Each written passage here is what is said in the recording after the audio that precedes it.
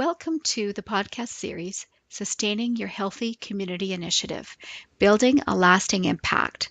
This is the third and final part in our series on planning. How do we plan for it? Let's start with the roadmap for the podcast series.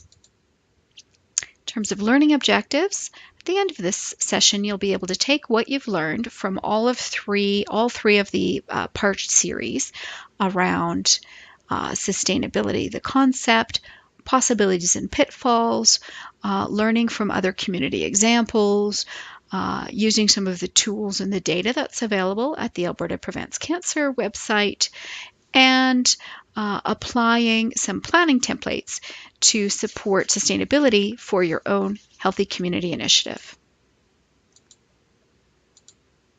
This is part 3.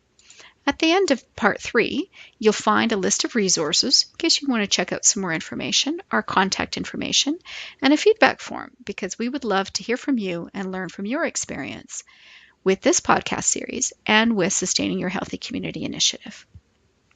So let's jump into the planning. So what will you learn in part 3? We'll take a look at how do we plan for sustainability, and we'll ask, how do we know if we've got it right? What might be some risk factors for your community that would indicate your project benefits would fizzle out over time? Let's take a look at some of the recent literature around barriers to sustainability. The World Resources Institute put out a working paper in 2013 which identified 4 key barriers, which I'm summarizing here. Sustainability is not well valued in decisions. Sustainability goals are not integrated with the finances. Your sustainability isn't measured. You haven't planned to measure it, or it's found it's very tricky to measure. Or external factors that can impact sustainability are not fully considered. So those are 4 main barriers identified to watch out for.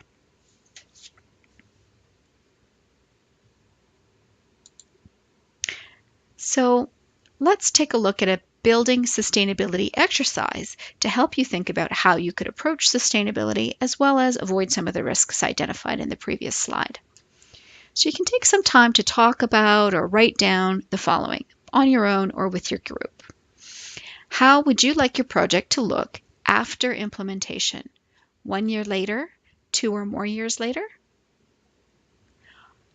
If you can build on a common vision, that can be really motivating to kind of keep the project going and the benefits continuing for your community. What ideas do you have for building sustainability into your project? Again, here's where you can tap into the experience of the group. And finally, who are the partners required and what additional resources are needed for sustainable action? So thinking through the previous slide on risks, how will you value sustainability when making decisions? Think about how you can ensure that your plans match the funds that you have available. Give some thought to how you'd like to measure sustainability, and we'll touch on this in a later slide, and think through what external factors might impact the continuation of your initiative. So for this last point, it's useful to look at the offers that you've had for support from local government, local businesses, etc., or kind of groups that you want to approach. What risks might exist for continuation of that support over time, and how will that affect your community health initiative?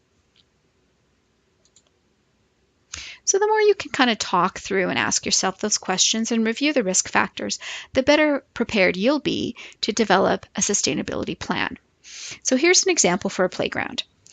So there's some basic information we don't know, such as, is there a baby section? Is there shade? Are you allowed to have dogs on site? Are there garbage cans? Is the playground attached to a school or another public facility? So some of these questions, keep those in mind as we walk through the example here, because they'll all impact supports for sustainability and what you'll need to maintain. So this sustainability plan is structured around 3 phases: planning and design, construction or implementation, and then maintenance and updates. So you can see in the planning stage, we've got some activities that would be done during the planning. One of the things we want to do is design in a way that assures you can maintain.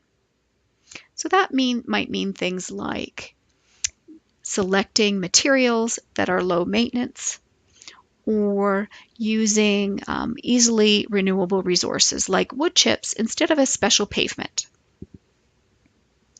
Number 2, act and build. Here's where you're going to be engaging with your community to really complete your project and move things forward. So while you're doing that, and you've tapped into this incredible resource for actually implementing the project, at the same time, you might want to think about organizing volunteers for maintenance and building their capacity through some training or sort of how-to guides to allow you to maintain the project over time and manage any residual funds you're going to have. Finally, when you get to the review and maintenance stage, you're already going to have your sustainability plan done, so you're really in good shape. You want to ask who will maintain, who will manage any of the repair funds, who will be responsible for a review process to kind of check in and see how well are the benefits being continued over time. What's the follow-up? For example, you might want to look at planning for regular garbage pickup if there's a bin on site, for refurbishing the rubber or wood chips, for replacing the sunshade after several years, etc. So think about all of that early in the stage of your planning, and you'll be able to really tap into some support for the long term. Here we're just giving you the same template, but empty, that you can use as a sustainability plan. So let's think through an example of a community health initiative that doesn't involve construction. So I've got one here, which is based on some evidence from Alberta Prevents Cancer about social supports for community initiatives. So this one's called Take a Buddy to Screening. So let's say you've looked through the community data dashboard on albertapreventscancer.ca and found that your community could use some more focus on breast cancer screening. So how would you know that? Well, we'll just click over here and take a look at the homepage for Alberta Prevents Cancer, and you'll see they've got the demographic data. You'll click on the risk factors and you'll click on screening and immunization. So here you're seeing some risk factors for a specific community. If we click on screening and immunization, it'll bring up some information about screening rates for the province. Then you can just put in the postal code up at the top to get screening rates for your community.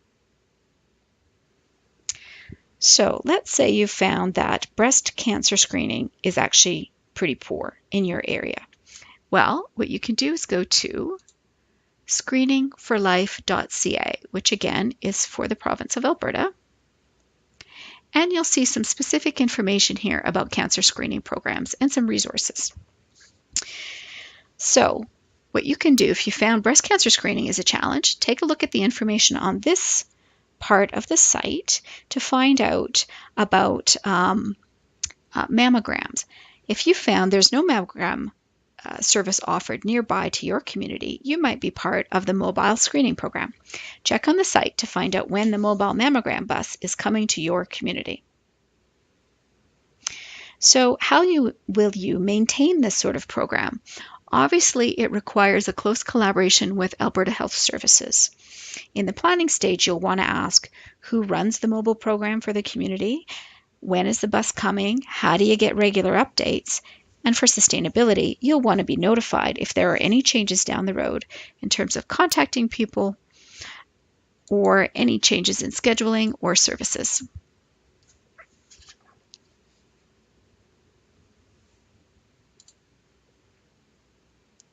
So again, think about how you would put the sustainability plan for a Take a Buddy to Screening program into a template. Now we move on to the measurement aspect. So how will we know if we've got it right in creating lasting benefits for our Healthy Community Initiative? Well, here's a few tips.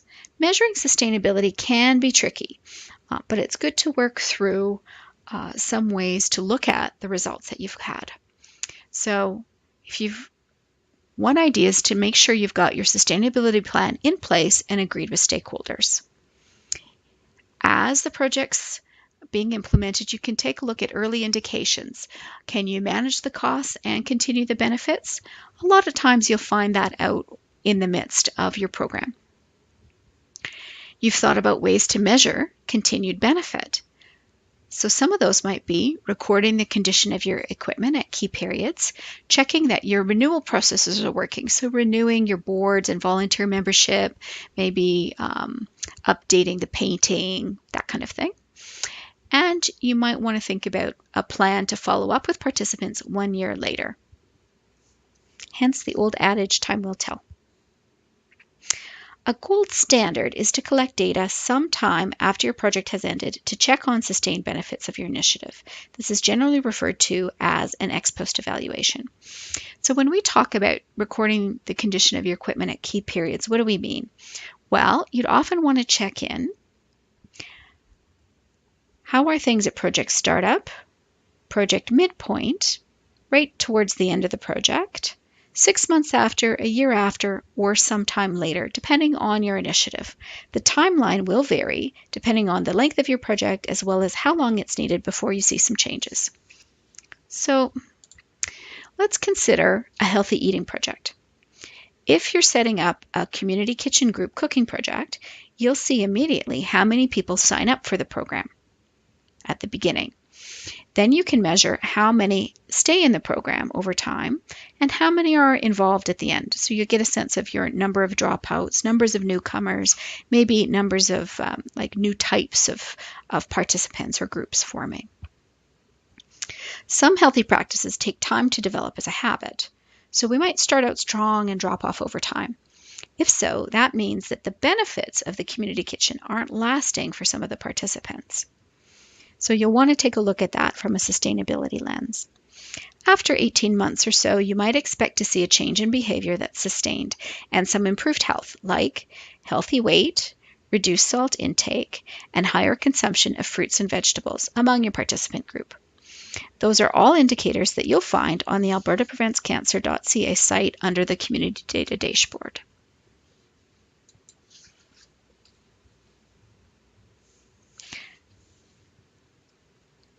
So we'll just go back to the dashboard briefly to show you where that information is located under risk factors. So here on the risk factors, this is where you'll see the things that we're talking about with a healthy community, like reducing salt intake, fruit and veggie consumption, healthy weight. So that marks the end of the Sustaining Your Healthy Community Initiative Building a Lasting Impact series. So this wraps up part 3. How do we plan for it? At this point, you should be able to identify some risks to sustainability that you might face in your own community health project. Be able to plan for some ideas and tools to apply to your group and think about how you're going to measure the results of your community health initiative over time. So now it's your turn. We'd love to hear from you to improve our program and to learn from you. What's one thing you learned today that you will use? What do you think was missing from this presentation? And what would you like to learn more about? If you'd like to share, please email us at csmengage, that's for Cumming School of Medicine, engage at ucalgary.ca. Here's a list of references that we've used throughout this podcast series. So you can see we've got the Alberta Health Services Road to Success Community Guide, the Alberta Prevents Cancer Community Data Dashboard, the Canadian Healthy Communities Network Framework. There's a little bit of evidence around participatory decision-making, community networking, that sort of thing. You'll see later there's the Victims of Groupthink participatory decision-making, and Stoner's work around group decisions and risk. As well, we've got some information from Government of Alberta on the wisdom of coalitions, so the 4 key points we walked through. And you'll see the World Resources Institute sustainability risks if you're interested. Finally, on evaluation and measuring your success, the Treasury Board of Canada has a Centre of Excellence for Evaluation with a whole range of resources you can search. We'd like to thank you for participating and being a part of our Healthy Communities Approach series, which aims to empower communities to build capacity to address local health needs for cancer and chronic disease prevention and overall community wellness. If you'd like to learn more or get involved, please contact us. Thanks for participating.